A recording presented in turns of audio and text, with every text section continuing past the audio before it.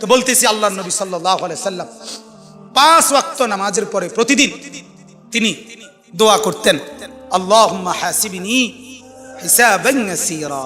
এই যে হাসিবনি, এই যে নি, এটা ওয়াহিদ মুতাকাল্লিম। আল্লাহ, আমি মুহাম্মদ বলতেছি, আপনি আমারে দুনিয়ায় অনেক ইজ্জত দিবেন, আপনি আমারে আখিরাতে অনেক সম্মান দিবেন, আমি জানি, কইছেন আমারে। কিন্তু আল্লাহ, আমার এত কিছুর পরেও আমার ভয় হয়, আমার হাসরের মাঠের ভয় লাগে, আমি মুহাম্মদেরও ভয় লাগে। আল্লাহ, অতএব আমার হিসাব হাসরের দিন আপনি সহজ করে দিলেন, আমার ডর লাগে। হাসিবনি।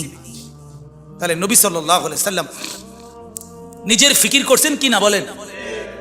নিজের ফিকির। তাহলে আমার সবচেয়ে বড় ফিকির হলো আমার মৃত্যু পরবর্তী ফিকির।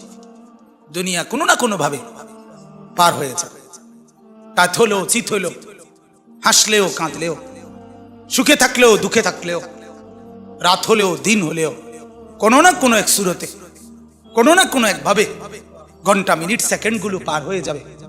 কিন্তু মৃত্যু এসে আবার যখন আমার নতুন অধ্যায় শুরু করবে, আমার জীবনের নতুন পর্ব যখন শুরু করবে দোস্ত, সেটা আর শেষ হবে না।